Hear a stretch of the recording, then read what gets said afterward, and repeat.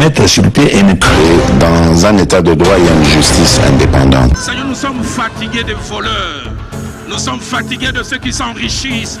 Nous sommes fatigués de ceux qui ne voient que leurs intérêts.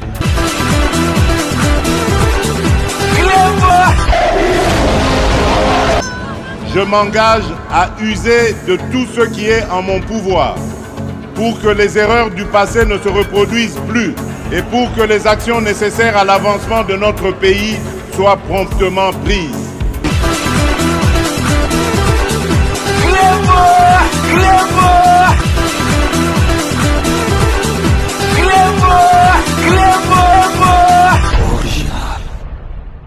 Salut et bienvenue sur Reclebois Original. Merci de votre fidélité. 5 minutes avec César Ngadi. Tout le monde est d'accord et il en restera ainsi pendant très longtemps. 5 minutes Nabiso, il y a les Ali édition spéciale. Oyo Tokolak Sabino, interview moko exclusive. Oyo écrivain Nabiso, moi Mboka, azali parmi ceux qui totangi bato mayele na Mboka Oyo. Tokoki Kobosa na Kombo Anate.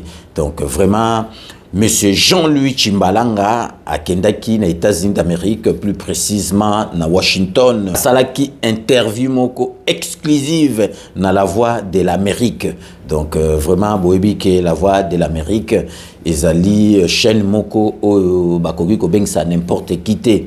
Donc Monsieur Jean-Louis Chimbalanga qui honneur wana ya kokende ko sala interview wana parce que ba yebi azali mutu oya defendaka mboka ba yebi azali patriote abandi masoloka asikote.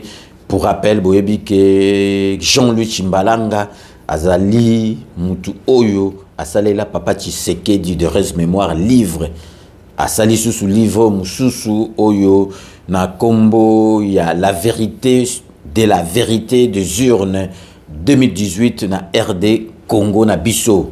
Et puis boye bake ayebi pe masolo oyo ya culture et art ya mboka na biso que activité culturelle masolo to ya culture ayebi yango parce que pour rappel boyebi na betankala dans les années 80 boyebi bazalaki mi balé yena l'odeur production.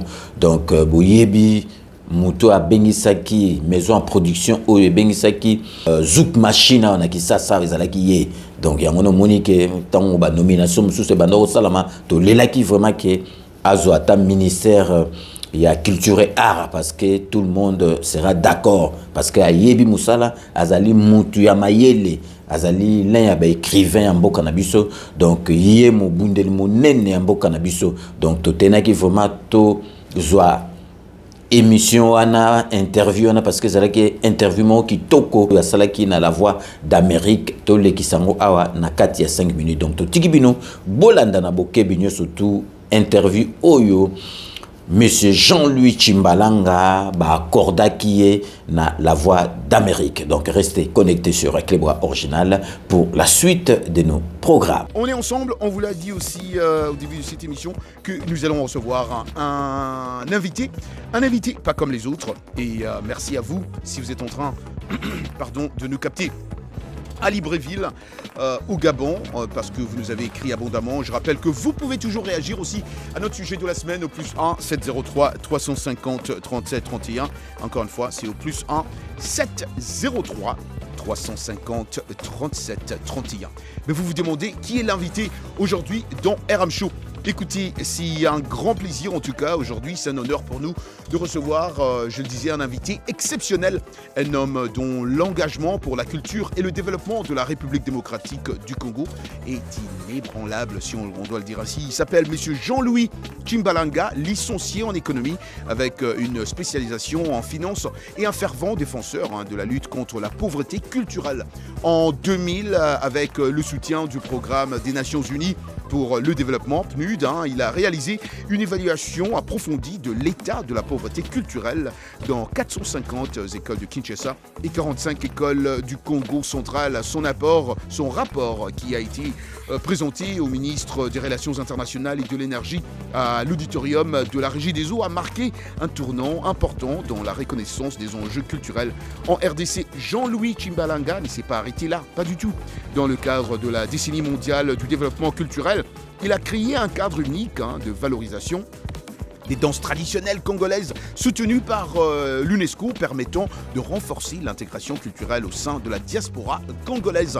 Son travail ne se limite pas à la RDC puisqu'il a également organisé plusieurs activités en France, à Valence pour être plus précis, dans le cadre de la journée de l'enfant. En tant que président du collectif Convergence pour l'émergence du Congo, un think tank réunissant des intellectuels congolais, il continue de mener des actions pour la cause de la RDC, y compris des démarches juridiques notables. Auteur de plusieurs publications, dont le célèbre ouvrage L'impératif d'une culture démocratique en RDC, publié en 2006, et plus récemment La vérité de la vérité des urnes de 2018 en RDC. Jean-Louis Tshimbalanga est un penseur, un acteur clé pour le développement de la culture et de la démocratie en RDC. Je le disais, je le redis, c'est avec un immense plaisir que nous l'accueillons aujourd'hui pour discuter de son parcours, de ses projets, de sa vision pour l'avenir. En tout cas, on dit merci infiniment à messieurs Jean-Louis Tshimbalanga, finalement, d'être dans nos locaux.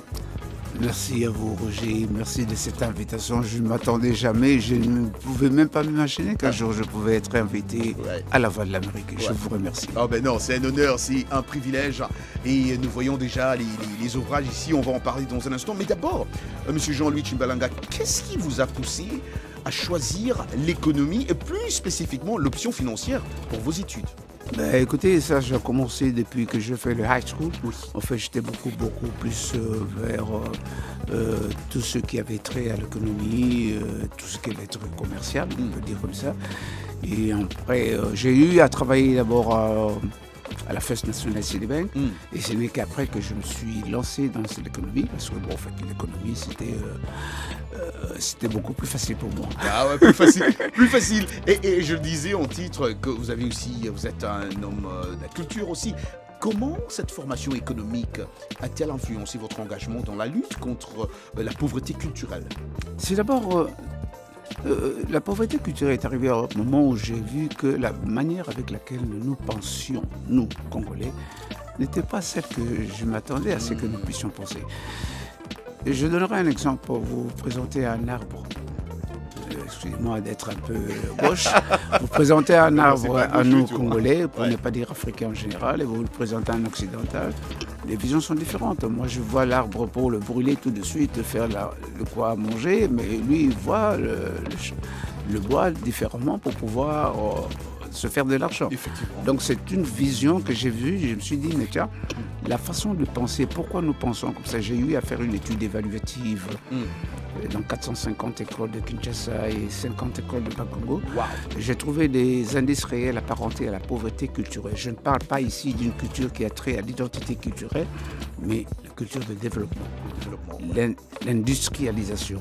Comment est-ce que même l'association, savoir s'associer, nous n'avons pas cette culture. Voilà des choses que j'aimerais un jour que nous puissions préparer demain. Le Congolais à acquérir ce qu'on appelle une culture de la patrie et de la République. Et en ce moment-là, je pense que nous pourrons arriver à faire quelque chose. Ça, c'est très profond. Je n'aime pas trop développer parce que je le sens. Parce que c'est la radio et peut-être on n'a pas trop de temps. Alors, qu'est-ce qui vous a inspiré à mettre en place des rencontres, je le disais aussi, pendant que je lisais votre biographie, des rencontres hebdomadaires pour valoriser les danses traditionnelles? RM Show, c'est aussi l'art, la musique, mais les danses traditionnelles congolaises. Vous savez, en général, quand on parle aujourd'hui, dans la jeunesse, quand on parle de la culture, on voit beaucoup plus la musique moderne. Mais on oublie d'où nous venons. Et or, nous devons savoir d'où nous venons, était beaucoup plus importante. En fait, quand j'ai fait cette rencontre-là, c'était plutôt une volonté de faire une intégration des Congolais. Parce que vous dites que vous êtes Congolais, mais vous ne connaissez pas le Congo. Et quand je vous dis, par exemple, je vous donne un exemple, ça faisait tous les dimanches. Donc, je faisais le groupe, admettons, aujourd'hui, j'ai fait Bujima, les Baluba, j'ai fait les Bangwandi, j'ai fait les Bakongo. Bon, toi, tu viens pour supporter les Baluba, l'autre, il vient là. Mais on se découvre à travers un podium que j'avais mis où il y avait le représentant de chaque tribu qui était là, répondait aux questions. Et vous en profitez aussi par la même occasion de pouvoir manger la gastronomie des uns des autres. Donc j'ai découvert, par exemple, chez les Bangwandi, c'est mon papa. Vous ne connaissez pas ça? Pas du tout. J'ai découvert la danse qui m'a fasciné, c'était les bandandés. Ah bon? Ah oui, Les bandandés ont une danse fascinante. formidable. Ils s'appelaient des Irafolk. Et j'ai découvert aussi les Bassakata. Vous voyez que en même temps, ah oui, j'ai découvert, par exemple, je vous dirais, par exemple, il a en salébé. Et vous savez ce que ça veut dire? Non. Il a en salébé, en Kisakata veut dire que la joie de manger, c'est lorsqu'on vous invite à venir manger. Il a en salébé. Il a en salébé. Waouh! Ouais, des trucs comme ça. Ouais.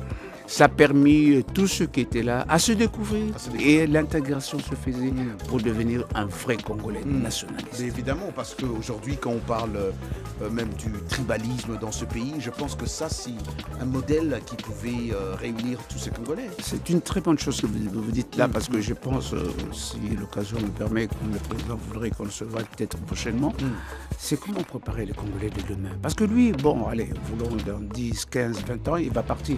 Mais après, qu'est-ce que nous aurons? Exactement. Nous sommes ce qu'on appelle une génération sacrifiée. Devrons-nous aussi sacrifier nos enfants et les petits-enfants?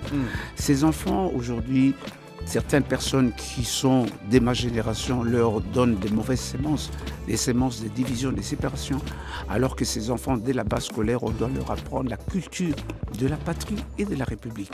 Et en ce moment, ils parleront du Congo avant tout et d'abord, comme les petits Américains.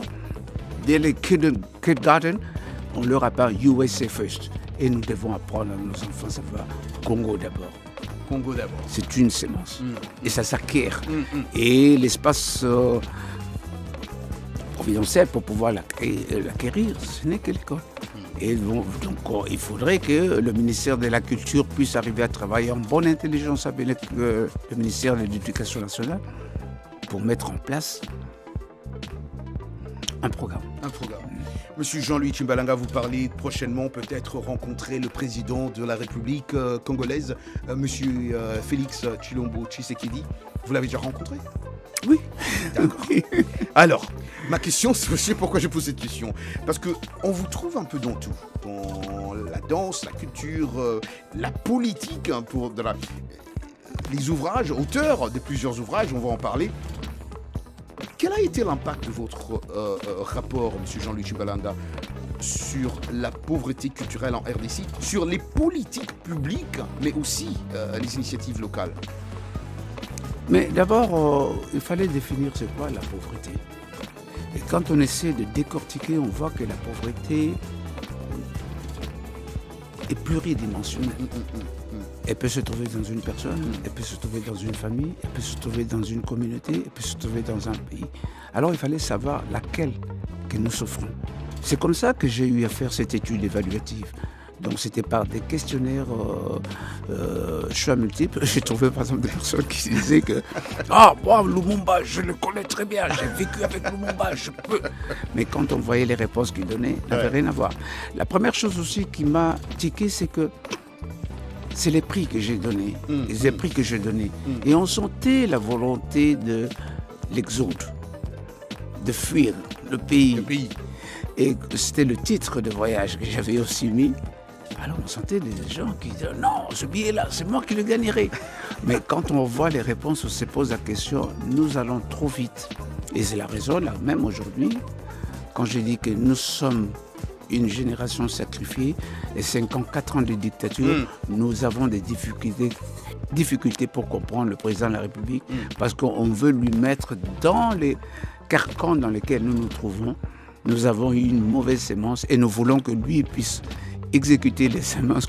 C'est pour ça que la plupart des personnes ne comprennent pas et disent qu'il est trop lent, il est ceci, il attend. Mais il a un tableau de bord que les autres n'ont pas. Il a un tableau de bord que les autres... Monsieur Jean-Louis Tchimbalanga, vous êtes conférencier, vous êtes auteur de plusieurs ouvrages. Vous allez rencontrer peut-être le président prochainement. Mais ça fait longtemps, au fait, que moi, personnellement, je vous suis ici. C'est un honneur, je le disais en titre, de vous rencontrer finalement en face. Merci. Mais je vous suis, ça fait des années que vous êtes dans l'écriture, des conférences, un conférencier. Vous débattez sur des thèmes politiques, culturels. Quelqu'un se poserait la question, mais après toutes ces années, pourquoi ils ne se retrouvent pas? Il y a des remaniements dans votre pays, votre nom est déjà là, vous venez d'y dire, c'est pourquoi je posais la question, si vous avez déjà rencontré votre président, mais on vous voit nulle part. Et vous ne le fatiguez pas.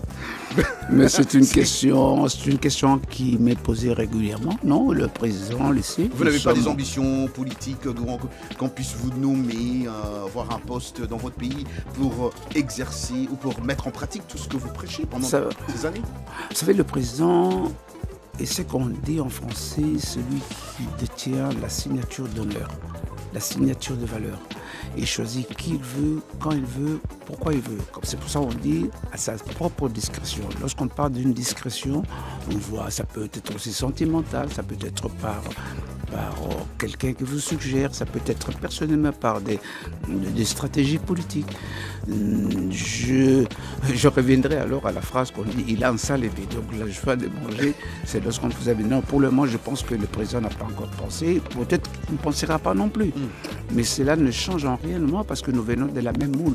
C'est la raison pour laquelle il est naturellement de mon devoir de continuer à le défendre, peu importe qui me nomme ou qui ne me nomme pas.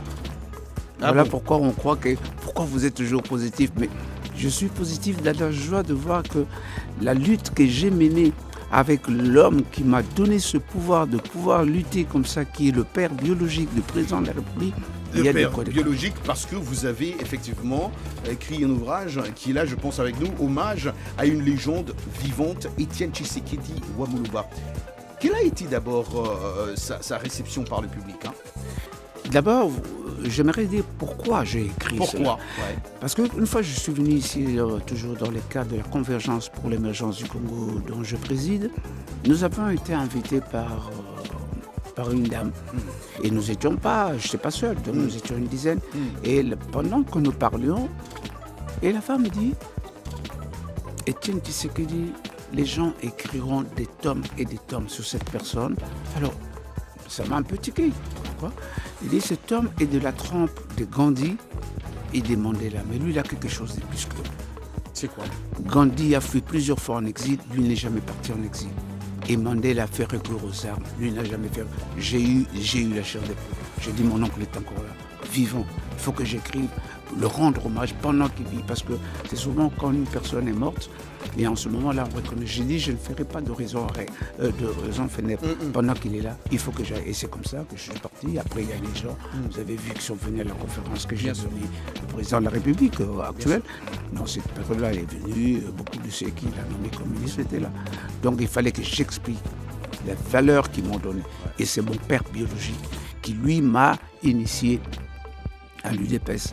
Et moi, je ne suis pas membre de l'UDPS, mais j'ai l'UDPS en moi, et comme je le dis régulièrement. Je suis un peu comme dans la Bible, Paul. Hein. Paul n'a jamais été avec Jésus-Christ, mais Paul peut parler carrément de la Bible beaucoup plus que de Jésus-Christ, plus que Pierre et les autres qui ont été là. Et j'ai ce qu'on appelle l'UDPS en moi. Voilà pourquoi je défends le président de la République. Alors, vous le défendez, je ne sais pas pourquoi mon micro n'est pas là, voilà, mon micro est allumé en ce moment. Vous le défendez, monsieur Jean-Louis Tshimbalanga. Dans mes émissions, je parle avec plusieurs Congolais qui sont aussi, certains qui sont vraiment pas satisfaits aujourd'hui de ce gouvernement. Aujourd'hui, récemment, on a entendu ce qui s'est passé à la prison de Makala, une grande prison dans la capitale congolaise, où les gens ont été tirés, tués. Qu'est-ce que vous dites de cela? Ça, c'est l'actualité. Ça fait que je n'ai pas eu cette... comment on appelle? Je suis dans le pouvoir, mais je ne suis pas dans le cercle de pouvoir. C'est-à-dire en ce moment... Mais vous avez quand même appris cette nouvelle. J'ai appris comme tout le monde. Et en tant que Congolais, j'ai appris comme tout le monde. Ouais. Je ne vais pas me précipiter comme tout le monde. Exactement. Ça, voilà, c'est ce que je pouvais vous répondre. Ça, je comprends, mais la mort de vos compatriotes... La mort, tout homme, même une seule personne qui meurt. Mais alors pourquoi on se posera la question? Pourquoi il est mort? Alors là, j'attends. Je n'ai pas encore de réponse. Pour le moment, je ne sais rien vous dire. Alors, revenons un peu à ces ouvrages, hein, avant de passer à un petit repos, là. La vérité des urnes de 2018. Alors, je pense que ma première question serait de savoir pourquoi on a 4 thèmes. Ah, bonne question. Ouais, ça c'est la première question parce qu'on en a tellement ici. Je ne sais pas si notre caméra pourra, mais je pourrais mettre ça ici. Voilà, ça c'est déjà 2. Déjà, on a volume 1, volume 2. Pourquoi 4 tomes sur la vérité, de la vérité des urnes? C'est quand même profond aussi comme titre. C'est très profond ce titre. Peut-être cette génération ne verra pas l'importance de ces titres, Ouais. mais peut-être les générations futures que nous ne devons pas léguer ce qu'on appelle la pauvreté culturelle. Il fallait leur laisser des bases solides sur lesquelles ils peuvent arriver à défendre notre pays. La vérité des urnes était une injustice que j'ai vécue. Une injustice volontaire. Injustice volontaire. Une volonté délibérée de pouvoir salir l'image d'un homme, Félix-Antoine Tshisekedi Tshilombo, par ce qu'on appelle la CENCO, qu'on appelle la conférence épiscopale, qui ont voulu diviser les Congolais et notamment appuyés par les médias internationaux, comme je dis dans le titre. Alors, vous dites pourquoi 4 titres? Parce que, au départ, c'est beaucoup de pages aussi. Oui, au fait, en plus, avec plusieurs pages. Moi-même, vous savez, il y a des fois quand je regarde, je dis, ah, les gens qui ont écrit la Bible, je comprends maintenant, dès qu'ils se sont réveillés, ils se sont dit, ah, mais moi aussi, quand je regarde Garvin dans mon salon, je dis, c'est moi qui ai écrit ça, moi, oui, c'est moi. Et alors, et pourquoi, donc je reviens à la question que vous avez posée, pourquoi j'ai écrit 4? En fait, au départ, je ne suis pas parti pour écrire 4 volumes. Ah, d'accord. Au départ, j'étais révolté pour pouvoir, ce n'est pas spécialement pour défendre Félix Tshisekedi, mais c'était pour rétablir la justice. Parce que trop d'informations tuent l'information. Et je voulais ressusciter l'information qui était tuée. Et c'est là, alors, un esprit me poussait chaque fois. On me réveillait à 2h, 3h du matin. Va écrire ça, c'est facile. Mais écoute, tu vas parler de ce qui s'est passé en 2018, mais parle d'abord de ton pays pour expliquer cette première alternance. C'est une première alternance que nous avons. Petit à petit, je commençais à reculer et je me suis retrouvé en train d'écrire même sur le roi Léopold II avec les bras cassés, et j'ai montré comment le premier génocide au monde qu'on n'a jamais parlé, c'était le Congo. Et j'ai mis même là-dedans le livre pour que les enfants, même si vous et moi, bon, cette génération ne voit pas, mais dans 50, 100 ans, ils seront fiers d'avoir quand même des repères sur lesquels ils peuvent arriver à mieux défendre le Congo.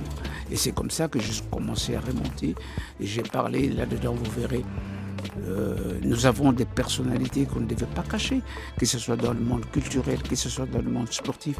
Je les ai mis là-dedans. Des gens comme... Vous êtes encore très jeune, non, vous avez quand même connu le Bonsoir le Petit. Bien sûr. Voilà, j'ai mis par exemple... Waouh, ça c'est ancien quand même. Je n'ai pas besoin qu'elle sache, j'ai mis là-dedans, et quand j'ai donné, je vais être très loin, même quand j'ai donné à, comment ça s'appelle, Nyoka Longo, il a fallu pleurer. Parce que là-dedans, j'ai écrit, Nyoka Longo et Zaïko sont désormais des patrimoines. Qu'on le veuille ou non, c'est des patrimoines du Congo. Bien sûr. Alors j'ai écrit déjà des... Il y a mon neveu que je me dis, j'avais jamais vu Troué. J'ai toujours entendu parler de Troué Mukuna, c'est la première fois, des trucs comme ça. Là-dedans, par exemple, vous verrez que j'ai mis... Et ça m'a plu parce que j'ai été reçu dernièrement, il y a 2 semaines, dans une chaîne française. Ouais. Comme les Occidentaux, ils vont toujours fouiller. Et comme dans les livres, j'avais écrit que les élections Miss ont été faites au Congo en 1968. Ils sont partis chercher, ils ont tout vu. Pour vérifier, pour être sûr que c'est pour être exactement... Et ouais. Ils m'ont mis l'image en live. Moi, je n'avais pas l'image en live. Moi, c'était juste la photo. Et ils ont mis l'image en live. Moi-même, j'étais étonné, j'ai regardé. J'étais étonné. Donc, ce sont des choses que j'ai mis à la portée des Congolais d'abord et du monde pour savoir ce beau pays, ce grand pays qui demande. Non, il y a beaucoup de choses qui se feront dans ce pays, de beau et de fort. Beaucoup de choses, Jean-Louis Tshimbalanga, mais est-ce que le président Félix Tshisekedi a déjà vu tous ces bouquins? Oui, parce qu'il m'a répondu. Ça, je veux dire une chose. Lorsque j'ai sorti le volume 1, alors il m'a demandé, mon frère, qu'est-ce que je peux faire pour vous? Il me l'a demandé. Et qu'est-ce que vous lui avez dit? J'étais gêné parce que vous savez, en matière d'argent... Alors que je ne savais pas que c'était plus devant mon frère, mais j'étais devant l'institution président de la République. Bien sûr. Alors j'étais gêné, j'ai dit, à un moment j'ai répondu, Excellence, prends-moi autant de livres. Il dit non, je vous prends le double. Et il l'a fait. Alors un jour, c'était en 2022, non, sais pas quand il m'a invité à King Cole. Non, un jour, on était au salon. Au salon, on parlait, parce qu'il aime bien. Il aime bien quand il est à l'aise. C'est une personne à l'aise qui aime bien discuter. Alors, à un moment, il me dit, mais mon frère, dis-moi qu'est-ce que je peux... Il répète encore qu'est-ce qu'il pouvait faire pour moi, pour ce livre-là. J'étais gêné. J'étais gêné parce qu'il m'a déjà donné l'argent. Je vais encore demander l'argent.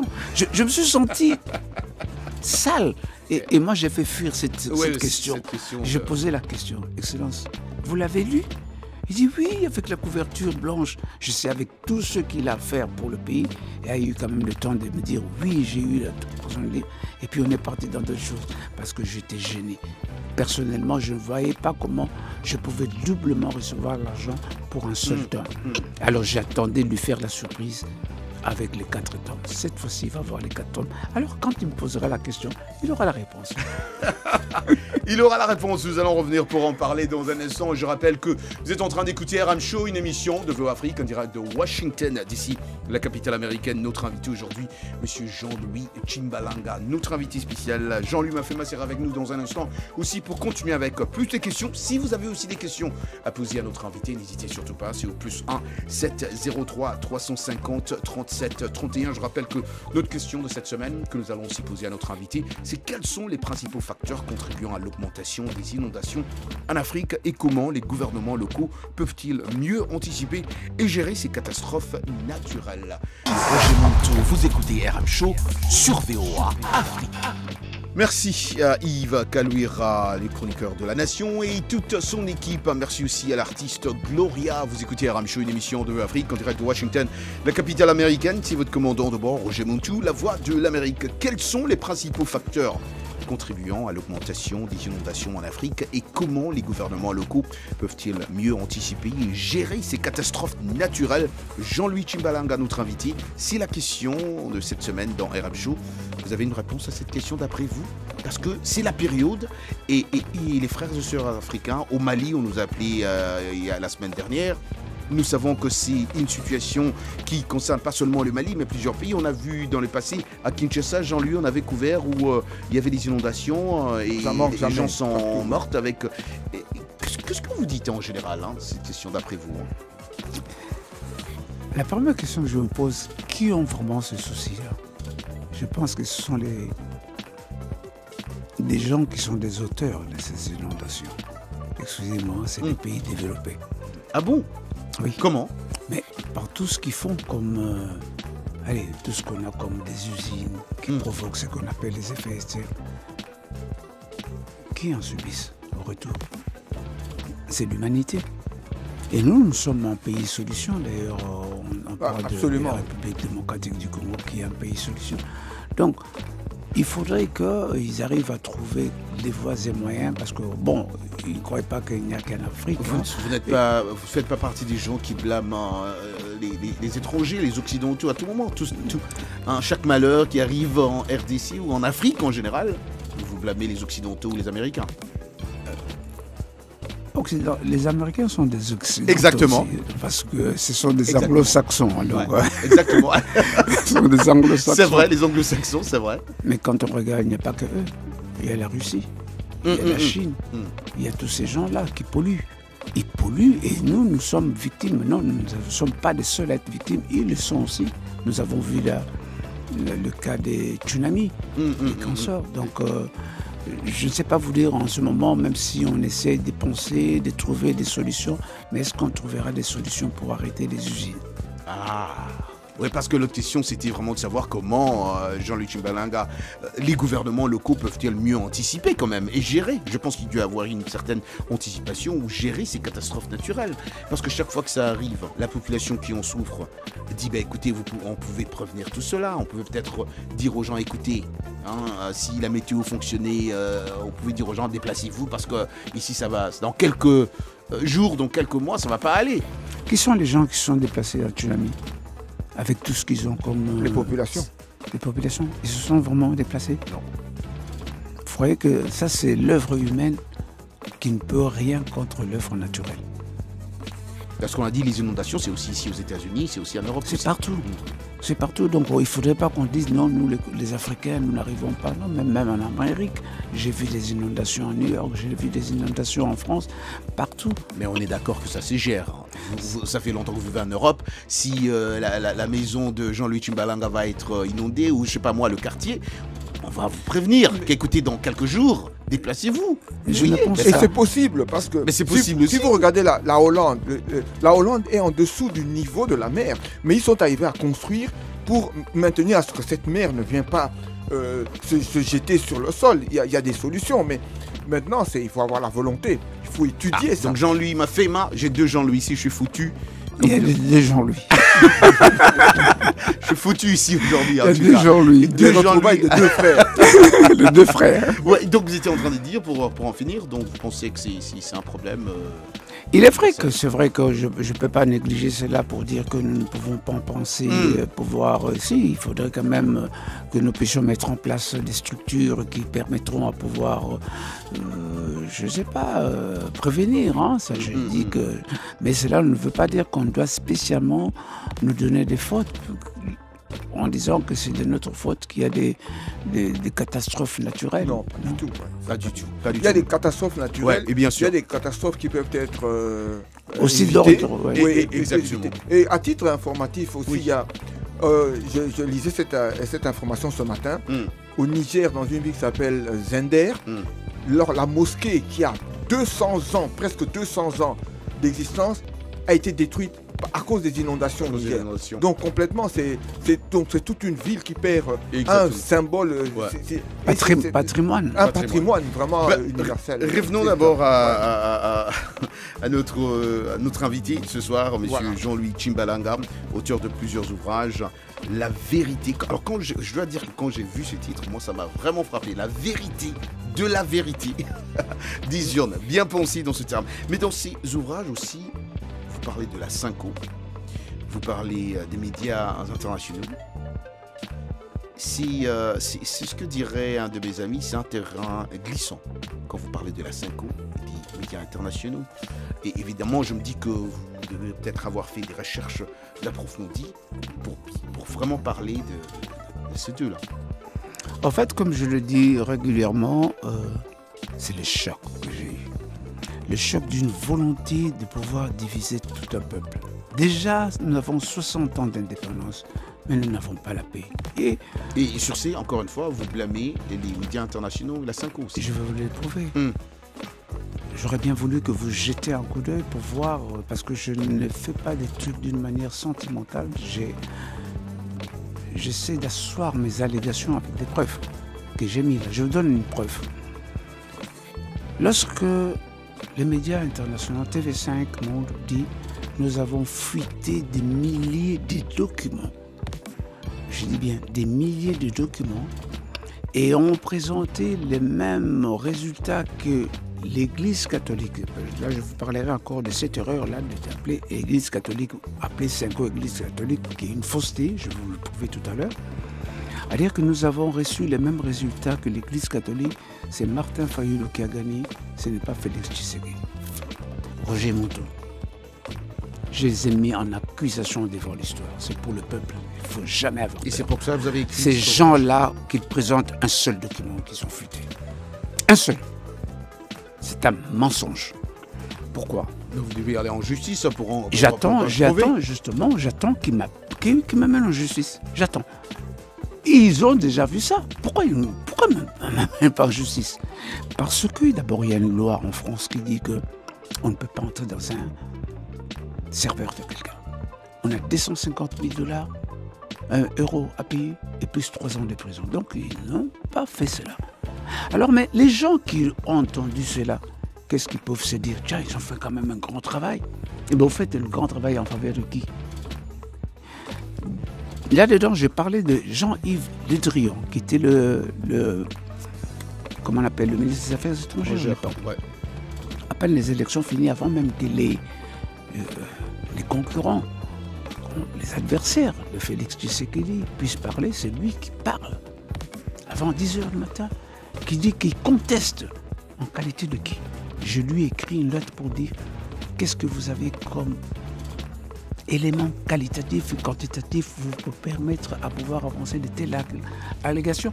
Vous avez une réponse à cette question? Non, je vais vous dire, j'ai écrit, vous allez voir la première lettre, la deuxième lettre, la troisième lettre et la quatrième, ce sont ces services qui me répondent. Vous n'avez qu'à vous limiter sur ce qui est écrit. Donc il a peur. Moi, je ne rigole pas quand on discute contre le Congo et contre les Congolais. Mais amenez vos arguments et nous allons discuter. Moi, j'aime bien la France qui est mon pays d'accueil. Et j'aimerais qu'il puisse travailler en bonne intelligence avec mon pays d'origine, la République démocratique du Congo. Et je n'ai pas de complaisance là-dessus. Je ne discute pas lorsqu'on essaie de salir l'image de mon pays et des institutions de mon pays. Voilà comment on est arrivé justement. J'ai trouvé la Cinco qui s'est fait prévaloir comme étant l'Église catholique. Non, c'est vrai que ce sont les évêques de l'Église catholique. Mais la Cinco, ça veut dire quoi? La conférence épiscopale du Congo. Il y a des conférences épiscopales partout où le Vatican se trouve. Le Vatican, c'est le plus petit pays au monde qui existe, mais qui a des représentations partout. Et leur ambassadeur, on appelle nonce apostolique, c'est la seule personne qui est dotée de ce qu'on appelle l'immunité diplomatique. Que ce soit qu'on nomme, je ne sais pas, un cardinal ou tout ce que tu veux, ils n'ont pas d'immunité diplomatique. Alors, quand une conférence épiscopale d'un pays décide sur une situation, ça n'a rien à voir avec l'Église catholique.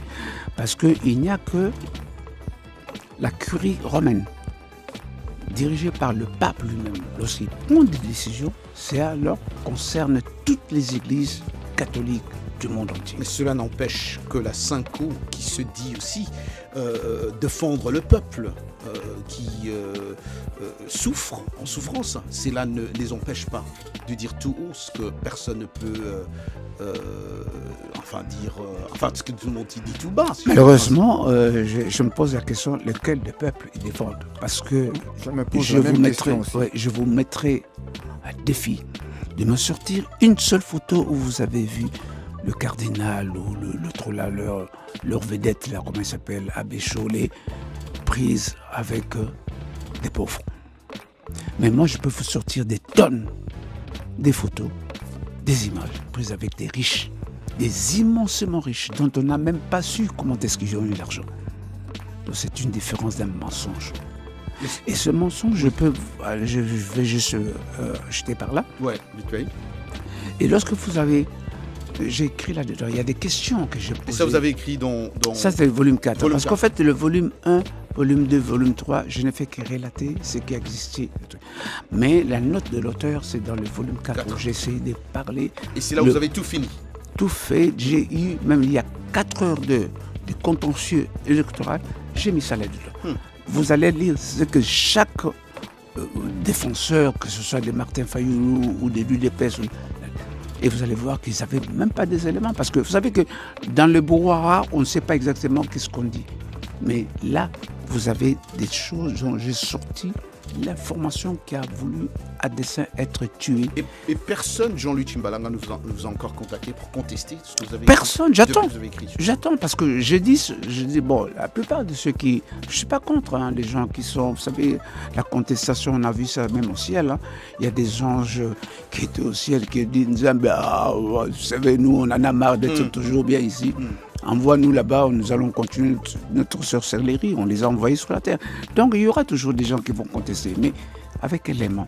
Parce que j'estime aujourd'hui, sans me vanter, que mes bouquins, le livre là, ça sera ce qu'on appelle l'unité des mesures pour pouvoir venir avec vos arguments. Ils n'en auront pas, ils n'en ont pas. Je vous donne juste, c'était là-dedans, je me présente le congrès qui a élu le président Félix Tshisekedi comme président de l'UDPS. Allez voir le nombre de personnes qui étaient là. Il y avait plus d'une centaine de personnes et des grands partis. Et tous, ils ont pris la parole pour parler. Même Martin Fayulu était là. Vous voyez, par exemple, j'ai mis là-dedans le congrès de l'UNC, il y avait du monde. Le congrès de MLC, il y avait du monde. Le congrès de Martin Fayulu, il y avait 10 personnes encore. Je ne sais pas s'il y en avait 10. Ils étaient 3, lui, là, je sais pas, avec son secrétaire général, et puis 10 personnes qui étaient là. Mais pour maintenant mettre à la portée de tous la déclaration, ça a été envoyé, je sais pas, par l'Internet. Donc, on se pose la question à quel moment est-ce que cet homme est devenu plus populaire que le parti où il s'était même, je ne dis pas adhéré, ou s'est approché. Jean-Louis Mafema, une question vite fait parce que le temps est faux, si tu as des questions à poser. Non, mais moi, c'est... Bon, je n'aime pas rester sur le passé et tout. Comment tu vois l'avenir du Congo? Qu'est-ce que tu penses qui pourrait faire tourner la barre et amener notre bateau dans la bonne direction, le bateau au Congo, disons? Je pense qu'il y a un problème. Jean-Louis, toi et moi, nous avons suivi la conférence nationale. Nous avons suivi tous ceux qui étaient les concurrents de Etienne Tshisekedi quand ils sont passés. Et quand Etienne Tshisekedi est passé, qu'est-ce qu'il a dit? 2 mots. Il a dit, et les gens n'ont pas compris, le changement de mentalité, c'est un processus.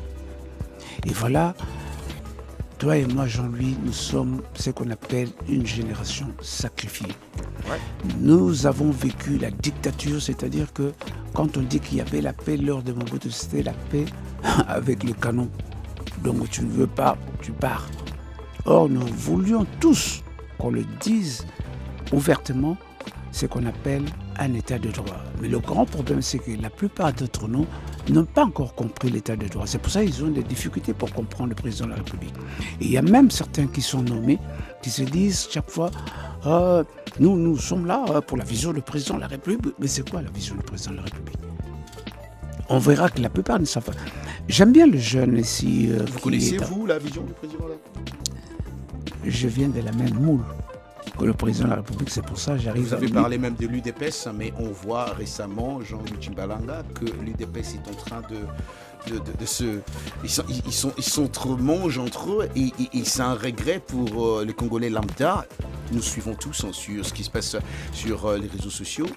Et certains qui nous appellent aussi pour nous dire qu'ils sont déçus de voir ce que l'UDPS est devenu aujourd'hui parce qu'ils avaient un espoir que c'était un parti qui allait vraiment défendre le peuple. Je vais dire une chose, je pense que j'ai dit je ne suis pas membre de Exactement. l'UDPS. Mais comme vous êtes conférencier et vous pouvez analyser. Voilà. Je vais l'analyser, je vais le faire tout ça. J'ai l'UDPS en moi, c'est-à-dire que j'ai un maître qui est mon mentor, c'est Etienne Tshisekedi Lumumba. Pour ne pas prendre le temps, je ne veux pas vous apitoyer sur comment j'ai eu à souffrir. Derrière mon dos, j'ai encore des balafres. Parce que j'allais là-bas chaque fois rendre visite à maman pour lui dire bonjour. Bon, ça, on ne va pas en parler. Alors, l'UDPS a toujours vécu des situations difficiles et s'en est toujours sorti. Aujourd'hui, c'est tout à fait normal.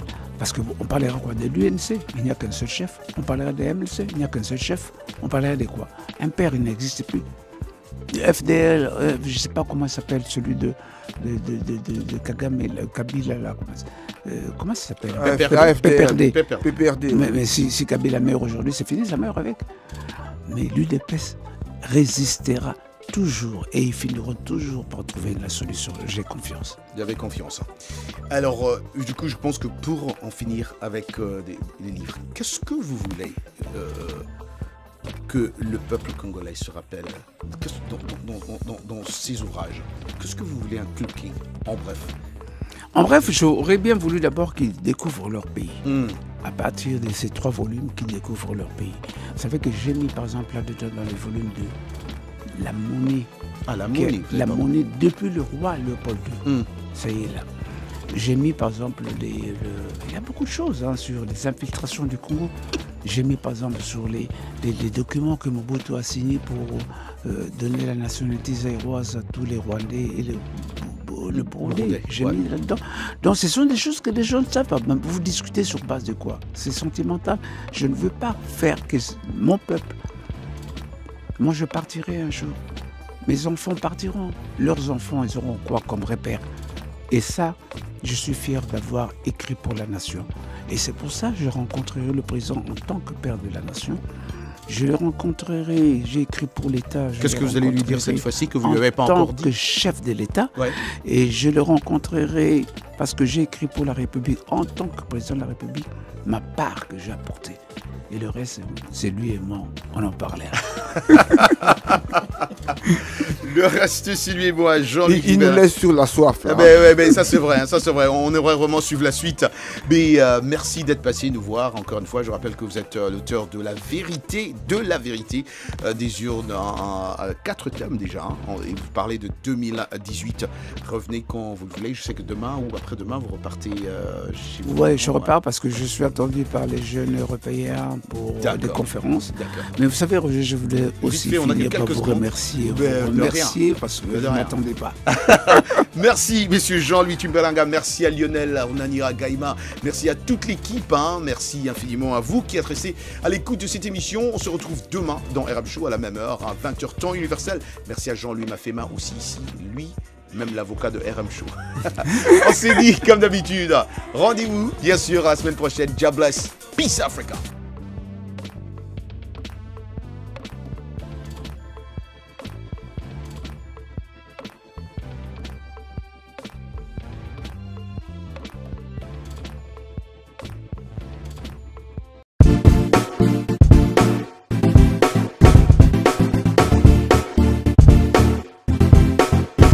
On doit mettre sur pied et dans un état de droit, il y a une justice indépendante. Seigneur, nous sommes fatigués des voleurs. Nous sommes fatigués de ceux qui s'enrichissent. Nous sommes fatigués de ceux qui ne voient que leurs intérêts.